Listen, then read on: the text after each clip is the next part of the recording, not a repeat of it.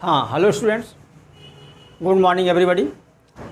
देखिए, आज मैं 7th क्लास के लिए, क्लास 7 के लिए उनकी सिविक्स का एक चैप्टर है legislature of state government.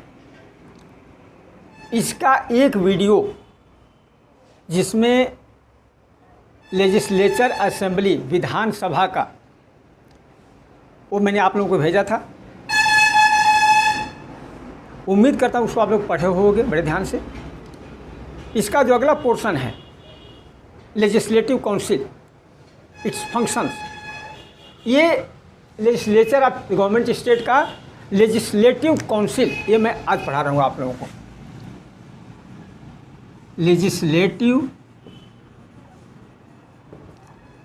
Council, इसको हम लोग कहते हैं विधान परिषद।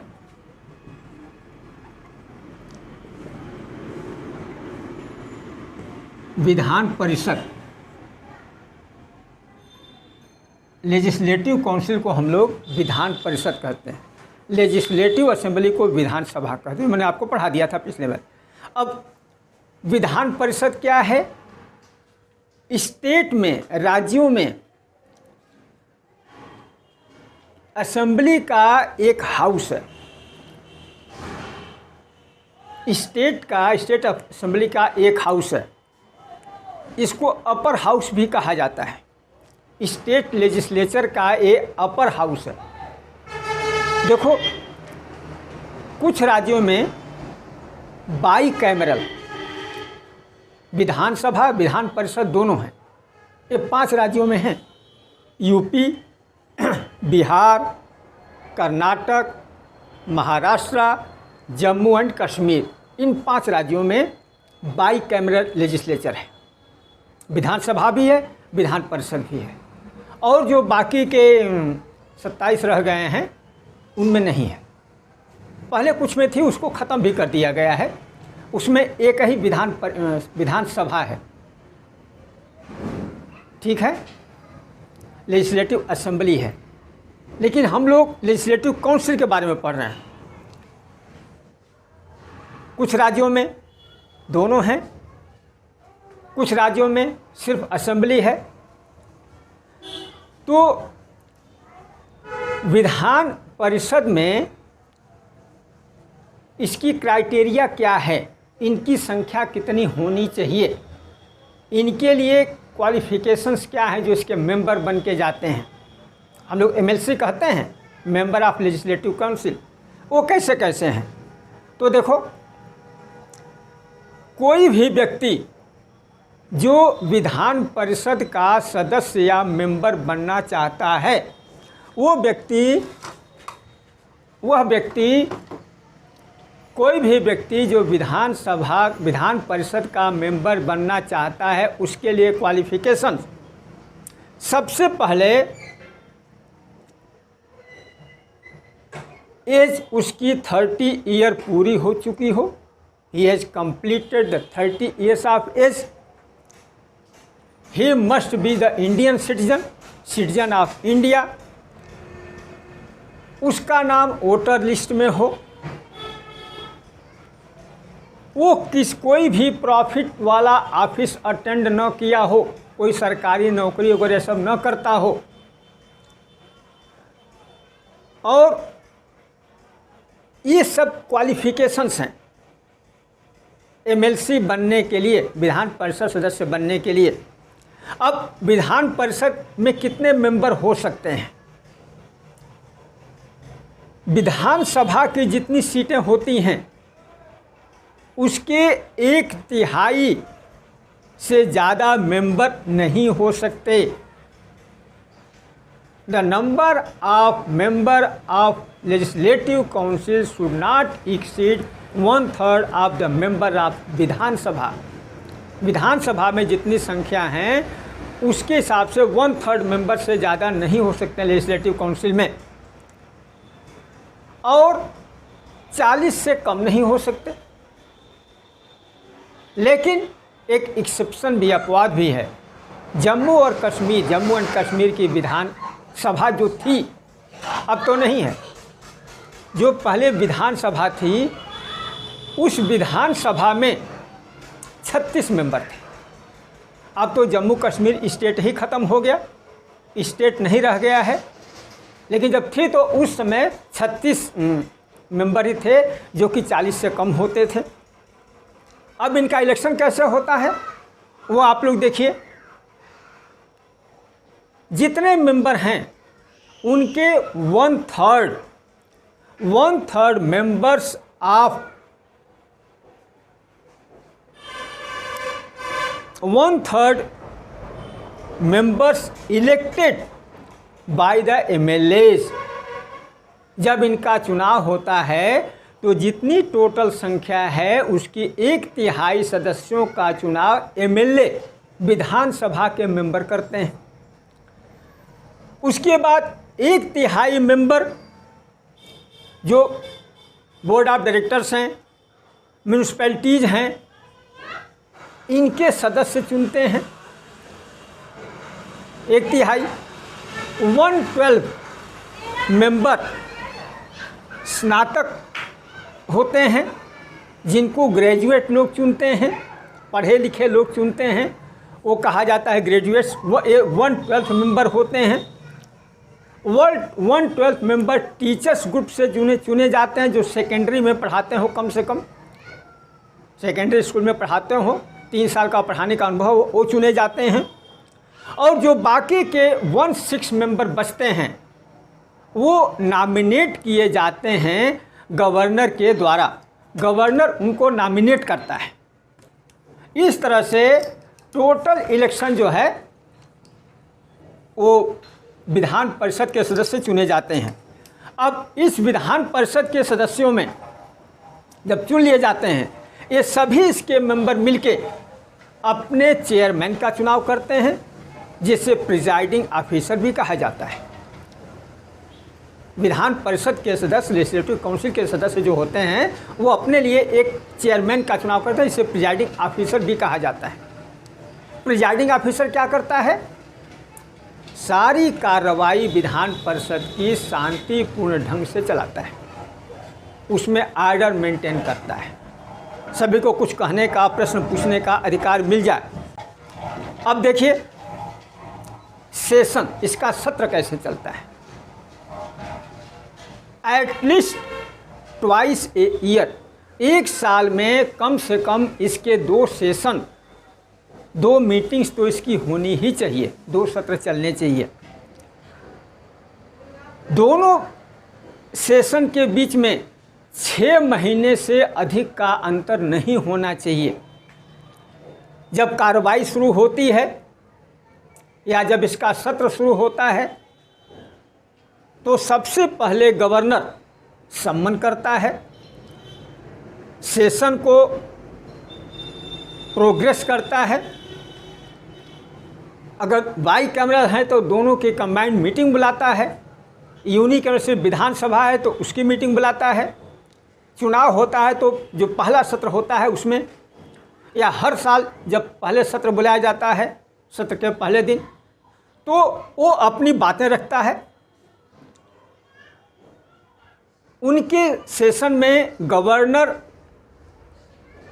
सरकार की पॉलिसी को एड्रेस करता है। जब उनको एड्रेस करता है तो सरकार की पॉलिसी को रिफ्लेक्ट करता है, बताता है कि सरकार की नीतियाँ क्या क्या हैं। अब लेजिस्लेटिव काउंसिल या लेजिस्लेटिव असेंबली, इनकी पावर्स क्या क्या हैं, शक्तियाँ क्या हैं। जैसे सेंटर में है, ठीक लगभग वैसे ही स्टेट में है। सबसे पहले तो लॉ मेकिंग पावर है, नंबर 1। दोनों का बता रहा हूँ अब। लॉ मेकिंग पावर, ये सबसे पहली चीज़ है। इसमें विधानसभा, विधान परिषद, इनमें बिल पेश किए जाते हैं। कोई अमेंडमेंट करना है, कोई कानून बनाना है स्टेट में, बिल 2 तरह के होते हैं, ordinary bill, money bill. Ordinary bill तो किसी भी हाउस में पेश कर दिया जाए, इंट्रोड्यूस कर दिया जाए। मनी बिल विधानसभा में ही पेश किया जाता है। बिल के पास होने का प्रोसीजर भी वही है जैसे कि पार्लियामेंट में है। मनी बिल अगर है तो विधानसभा में ही पेश होगा, वहाँ से जाएगा काउंसिल में, स्टेट काउंसिल में, लेजिस्लेटिव काउंसिल में। वो बहुत करेंगे 14 दिन तक रोक सकते हैं, उससे ज़्यादा नहीं। वहाँ से पास होकर फिर राज्यपाल के एसेंट के लिए जाता है, राज्यपाल की स्वीकृति के लिए जाता है, राज्यपाल स्वीकृति वो कानून बन जाता है। बिल्कुल जस्ट लाइक सेंटर है, जैसे लोकसभा राज्यसभा में होता है, हमारा राष्ट्रपति है, बिल्कुल ऐसे ही लगभग स्टेट में है। दूसरी फाइनेंशियल पावर, फाइनेंशियल पावर्स।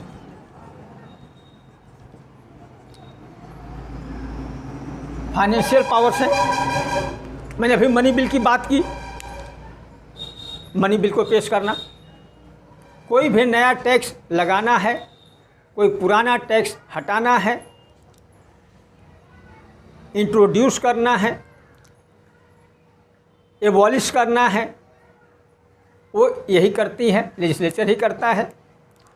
जितने भी मंत्री होते हैं, खास तौर से एग्जीक्यूटिव, ये रिस्पॉन्सिबल होते हैं राज्यसभा के, विधानसभा उसके प्रति, उनको वहाँ जवाब देना पड़ता है।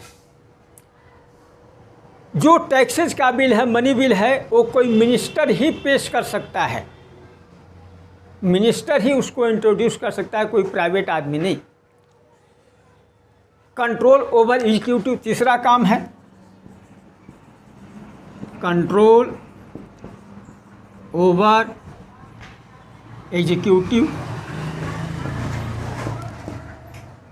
जो भी मंत्रिपरिषद है, जो मंत्रियों का समूह होता है, cabinet minister, minister of state जो ऐसे होते हैं, उपमंत्री होते हैं, ये लोग लेजिस्लेचर के प्रति जवाबदेह होते हैं।